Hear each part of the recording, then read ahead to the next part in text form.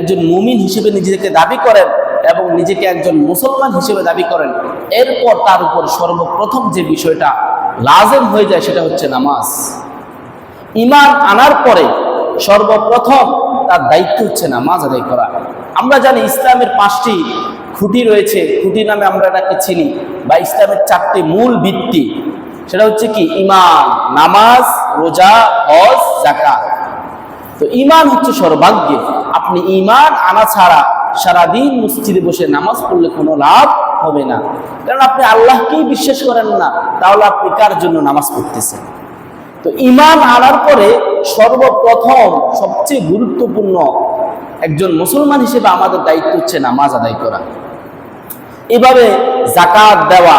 যাকাত হচ্ছে সবার উপর আল্লাহ তাআলা যাকাত ফরজ করেন নাই।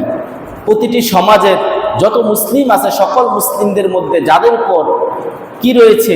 যাকাতের, যাদের যাকাতের সমপরিমাণ তার মাল সম্পদ রয়েছে, ওই ব্যক্তি যাকাত দেয়। আর হজও ঠিক সেম, প্রতিটি ব্যক্তির উপর হজ আবশ্যক হয় না।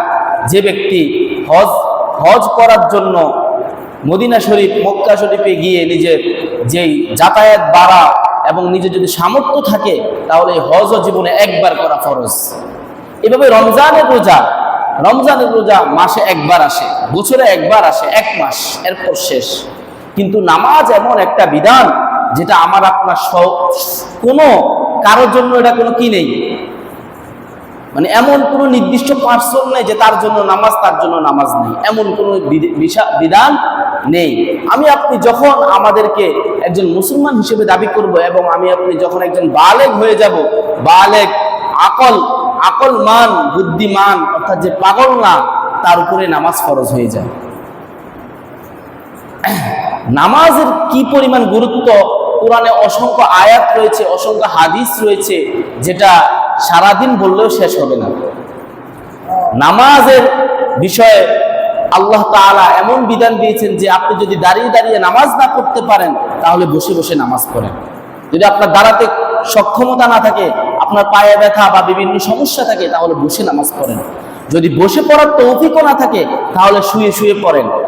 শুয়ে পড়ার তৌফিক নাই, আপনার শুধু আপনার মন মেজাজ, মানে আপনার বিবেক বুদ্ধি এখনো আছে, আপনি এখনো অজ্ঞান হয়ে যান নাই, তাহলে আপনি শুয়ে শুয়ে ইশারা দিয়ে নামাজ পড়েন।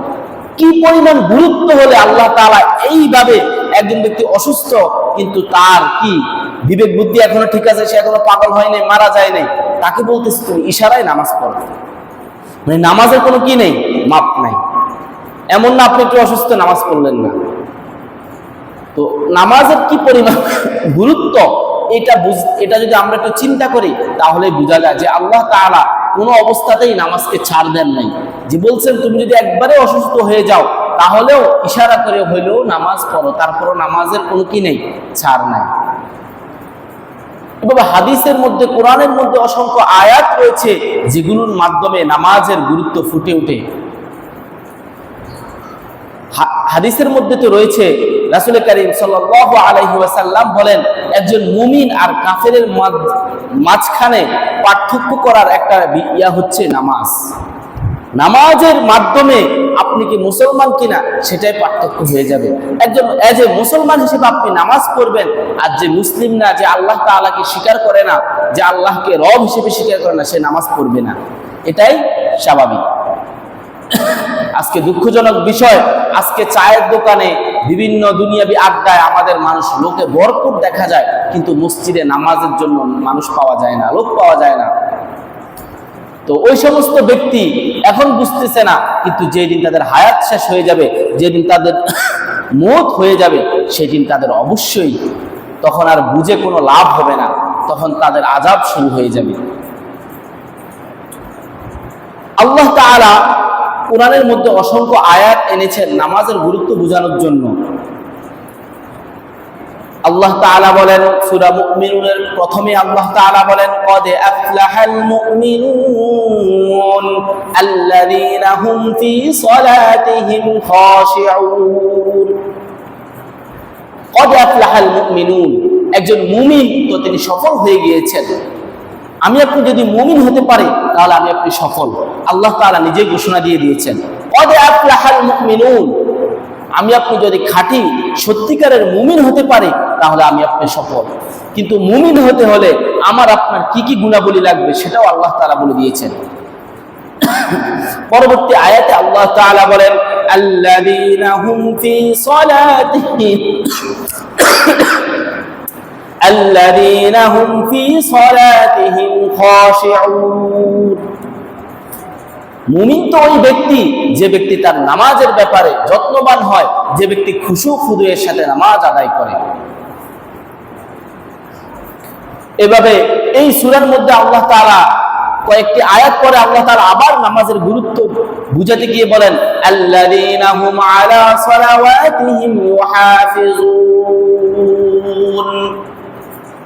আল্লাযীনা হুম আলা সালাওয়াতিহিম ইউহাফিজুন, একজন খাঁটি মুমিনের গুণাবলীতে এমনই হবে সে তার নামাজের ব্যাপারে যত্নবান হবে। উলাইকা হুমুল ওয়ারিসুন আল্লাযীনা ইয়ারিসুনাল ফিরদাউস হুম ফিহা খালিদুন। আল্লাহ তাআলা বলেন, যে ব্যক্তি সময় মতো যথাসময়ে সঠিক পদ্ধতিতে সুন্দরভাবে নামাজ আদায় করবে আল্লাহ তাআলা তাকে জান্নাত দান করবেন। আল্লাযীনা ইয়ারিসুনাল ফিরদাউস, ওই ব্যক্তি জান্নাতের অধিকারী হবে। কোন জান্নাত? জান্নাতের 8টা জান্নাত রয়েছে, তার মধ্যে সর্বোত্তম সর্বশ্রেষ্ঠ সবচেয়ে বড় জান্নাত হচ্ছে জান্নাতুল ফিরদাউস। তো আল্লাহ তাআলা সেখানে স্পষ্ট নাম বলে দিয়েছেন, আল্লাযীনা ইয়ারিসুনাল ফিরদাউস, ওই ব্যক্তি জান্নাতুল ফিরদাউসের অধিকারী হবেন। হুম ফিহা খালিদুন, এবং সেই জান্নাতে সর্বদা সেখানেই থাকবেন।